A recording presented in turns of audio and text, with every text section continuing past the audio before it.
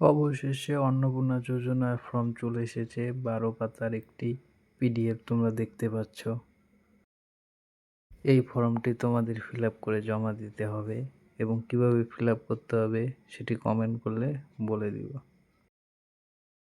এই ফর্মটি আপনারা অনলাইন অথবা আপনাদের যে গ্রাম পঞ্চায়েত বা অঞ্চল অফিস আছে সেখান থেকে আপনারা সংগ্রহ করে ফর্মটি ফিল আপ করে জমা দিয়ে দেবেন।